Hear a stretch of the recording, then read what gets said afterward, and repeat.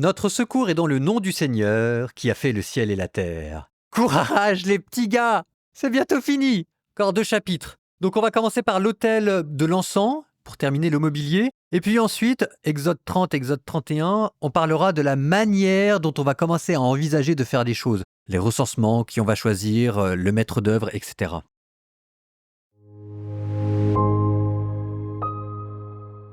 Tu feras encore un autel en bois d'acacia pour brûler de l'encens. Il aura une coudée de long, une coudée de large, sa base sera donc carrée, et de 2 coudées et demie de haut. Ses cornes feront corps avec lui. Tu le plaqueras d'or pur. Le dessous, les parois tout autour et les cornes, tu l'entoureras d'une moulure en or. Sous la moulure, sur les 2 côtés, tu placeras des anneaux d'or pour loger les barres servant à le porter. Tu feras les barres en acacia et tu les plaqueras d'or. Tu placeras l'autel devant le rideau qui abrite l'arche du témoignage, au lieu où tu pourras me rencontrer.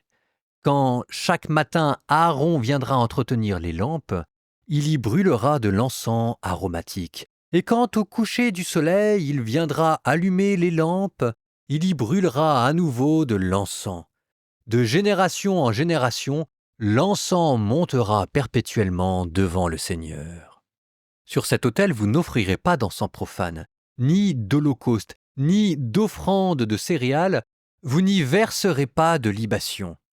Aaron accomplira le rite d'expiation sur les cornes de l'autel, 1 fois par an. Il le fera avec le sang du sacrifice pour la faute, 1 fois par an, lors de la fête du grand pardon, de génération en génération. Ce sera une chose très sainte pour le Seigneur. Le Seigneur parla à Moïse, il dit « Quand tu dénombreras les fils d'Israël pour le recensement, chacun d'eux donnera au Seigneur le prix de la rançon pour sa vie. Ainsi, aucun fléau ne les frappera lors du recensement. Voilà ce que donnera tout homme soumis au recensement, un demi-cycle, selon le cycle du sanctuaire à 20 guéras par cycle, comme contribution pour le Seigneur. Tout homme de 20 ans et plus, qui viendra se faire recenser, s'acquittera de la contribution pour le Seigneur. Pour le payer en rançon pour sa vie, le riche ne versera pas plus d'un demi-cycle et l'indigent pas moins. Tu recevras des fils d'Israël l'argent de la rançon, et tu le donneras pour le service de la tente de la rencontre. Pour les fils d'Israël, ce sera, en présence du Seigneur, un mémorial de la rançon pour vos vies. Le Seigneur parla à Moïse. Il dit « Pour les ablutions, tu feras une cuve en bronze, sur un support en bronze. Tu placeras la cuve entre la tente de la rencontre et l'autel, et tu y verseras de l'eau. Aaron et ses fils y laveront les mains et les pieds. Quand ils entreront dans la tente de la rencontre, ils se laveront avec l'eau, et ainsi ils ne mourront pas. Quand ils s'approcheront de l'autel pour officier, faire fumer une nourriture offerte pour le Seigneur, ils se laveront les mains et les pieds, et ainsi ils ne mourront pas. C'est là un décret perpétuel pour Aaron et sa descendance, de génération en génération. Le Seigneur parla à Moïse. Il dit « Procure-toi aussi du baume de première qualité, de la myrrhe fluide, 500 cycles, du cinnamone aromatique, la moitié, soit 250, du roseau aromatique, 250, de la casse, 500 cycles, en cycle du sanctuaire, et un septier d'huile d'olive. Tu en feras une huile d'onction sainte, un mélange parfumé, œuvre de parfumeur. Ce sera l'huile d'onction sainte. Avec ce mélange, tu feras une onction sur la tente de la rencontre, l'arche du témoignage, la table et les accessoires, les chandeliers et ses accessoires, l'autel de l'encens, l'autel de l'holocauste et ses accessoires, la cuve et son support. Tu les consacreras, ils seront très saints. Tout ce qui les touchera sera sanctifié. Tu donneras l'onction à Aaron et à ses fils, et tu les consacreras afin qu'ils exercent pour moi le sacerdoce. Puis tu t'adresseras aux fils d'Israël et tu leur diras « Ceci est pour moi l'huile d'onction sainte de génération en génération. On n'en répandra sur le corps d'aucune autre personne. Vous n'imiterez pas sa recette, car cette huile est sainte et elle restera sainte pour vous. Celui qui copiera ce mélange et en mettra sur un profane sera retranché de sa parenté. Le Seigneur dit à Moïse, « Procure-toi des aromates, storax, ambre, galbanum, aromatique et encens pur en parties égales. Tu en feras un encens parfumé qui soit salé, pur et sain. C'est une œuvre de parfumeur. Tu en réduiras une partie en poudre que tu mettras devant l'arche du témoignage dans la tente de la rencontre. Là, je te laisserai me rencontrer. Pour vous, ce sera chose très sainte. L'encens composé selon cette recette, vous ne l'utiliserez pas pour votre propre usage. Il sera saint, réservé au Seigneur. Celui qui en fera une imitation pour jouir de son odeur sera retranché de sa parenté. » Le Seigneur parla à Moïse. Il dit, « Vois, j'ai appelé par son nom Bessalel, fils d'Ouri, fils de Our, de la tribu de Juda. Je l'ai rempli de l'Esprit de Dieu pour qu'il possède la sagesse, l'intelligence, la connaissance et le savoir-faire pour toutes sortes de travaux. La création artistique, le travail de l'or, de l'argent, du bronze, la taille des pierres précieuses, la sculpture sur bois et toutes sortes de travaux.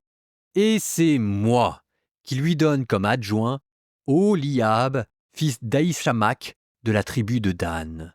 C'est moi qui donne la sagesse à tout artisan habile, pour qu'il fasse tout ce que je t'ai ordonné, c'est-à-dire la tente de la rencontre, l'arche du témoignage, le propitiatoire qui la couvre, tous les accessoires de la tente, la table et ses accessoires, le chandelier d'or pur et tous ses accessoires, l'autel de l'encens, l'autel de l'Holocauste et tous ses accessoires, la cuve et son support, les vêtements liturgiques, les vêtements sacrés pour le prêtre Aaron, les vêtements que porteront ses fils pour exercer le sacerdoce, l'huile d'onction, l'encens aromatique pour le sanctuaire, ils feront exactement comme je te l'ai ordonné. » Le Seigneur dit à Moïse, « Toi, tu parleras ainsi aux fils d'Israël. Surtout, vous observerez mes sabbats, car c'est un signe entre moi et vous, de génération en génération, pour qu'on reconnaisse que je suis le Seigneur, celui qui vous sanctifie. Vous observerez le sabbat, car il est saint pour vous. Qui le profanera sera mis à mort. Oui, quiconque fera en ce jour quelque ouvrage, cette personne-là sera retranchée du milieu de sa parenté. Pendant 6 jours on travaillera, mais le 7e jour c'est un sabbat solennel consacré au Seigneur. Quiconque travaillera le jour du sabbat sera mis à mort. Les fils d'Israël observeront le sabbat. En le célébrant de génération en génération, c'est une alliance éternelle. À jamais, il est un signe entre moi et les fils d'Israël, car le Seigneur a fait le ciel et la terre en 6 jours, mais le 7e jour, il a chômé et repris son souffle. Quand le Seigneur eut fini de parler avec Moïse sur le mont Sinaï, il lui donna les 2 tables du témoignage, les tables de pierre écrites du doigt de Dieu.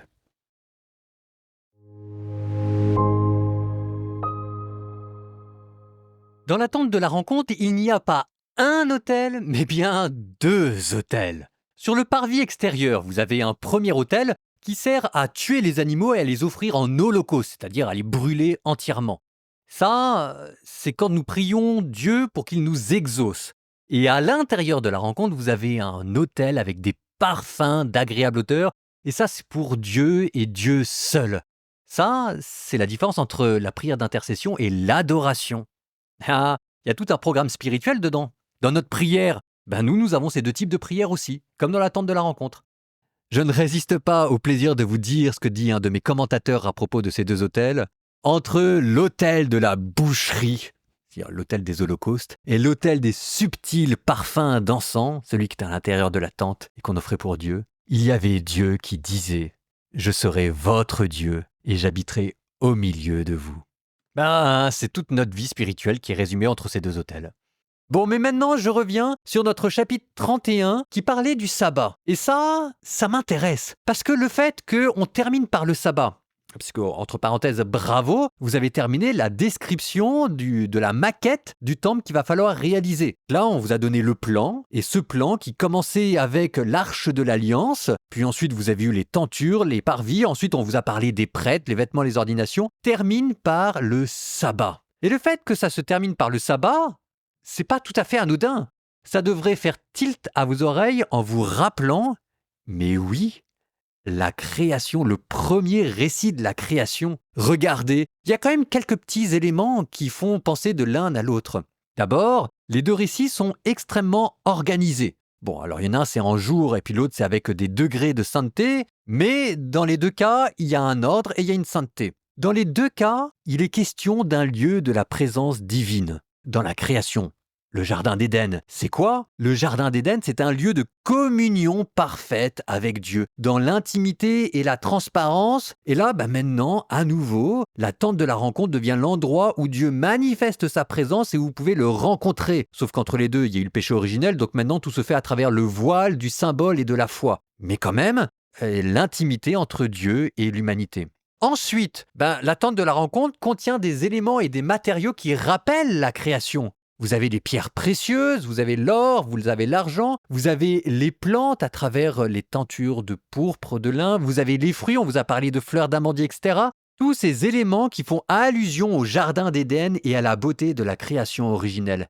Et à la fin, 7e jour, la création s'achève par un jour de repos. Alors, vous admirez la manière dont tout ça a été construit. Ça s'est terminé, on vous a parlé de l'homme, voilà, Adam que Dieu avait placé dans le jardin d'Éden pour qu'il en soit un intendant. Et ici, notre Adam s'appelle Bessalel, fils d'Ouri, fils d'Our. C'est l'artisan. Oui, on est passé de Adam, intendant cultivateur, à maintenant un intendant artisan.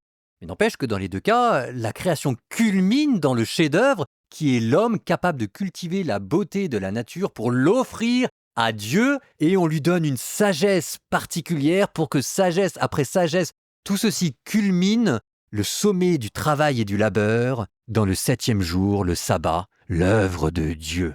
Et vous voyez comment nous sommes en train de retrouver à travers notre longue marche au désert le chemin du ciel et du paradis.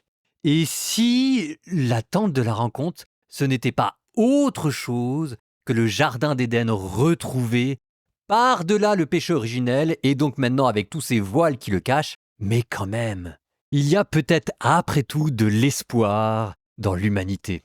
Et ça, gardez-le dans un coin de votre tête, parce que c'est valable pour vous aussi. Transition poétique avec un psaume. Psaume 11. Seigneur, au secours, il n'y a plus de fidèles. La loyauté a disparu chez les hommes. Entre la parole et mensonge, cœur double, lèvres menteuses.